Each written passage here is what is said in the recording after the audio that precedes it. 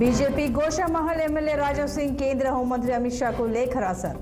GST scam కేసును సీబీఐకి బదిలీ చేయాలని డిమాండ్ చేశారు. ఈ స్కామ్లో 1000 కోట్లకు పైగా అవినీతి జరిగిందని ఆయన లేఖలో ఆరోపించారు. కేసులో మాజీ సీఎస్ సోమేష్ కుమార్ ప్రమేయం ఉందని, దీనిపై లోతుగా విచారణ జరపాలన్నారు. ఇందుకోసం ఈ కేసును వెంటనే సీబీఐకి బదిలీ చేయాలని కోరుతూ లేఖ రాశారు రాజా సింగ్.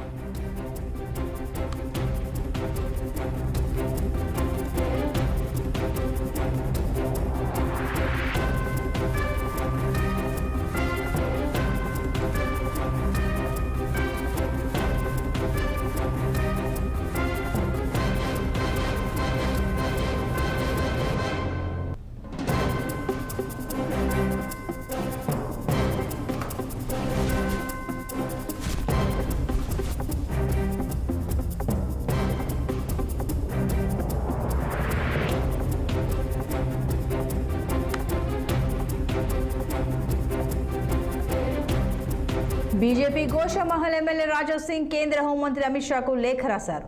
జీఎస్టీ స్కామ్ కేసును సీబీఐకి బదిలీ చేయాలని డిమాండ్ చేశారు. ఈ స్కామ్లో 1000 కోట్లకు పైగా అవినీతి జరిగిందని ఆయన లేఖలో ఆరోపించారు. కేసులో మాజీ సీఎస్ సోమేష్ కుమార్ ప్రమేయం ఉన్నందున దీనిపై లోతుగా విచారణ జరపాలన్నారు. ఇందుకోసం ఈ కేసును వెంటనే సీబీఐకి బదిలీ చేయాలని కోరుతూ లేఖ రాశారు రాజా సింగ్.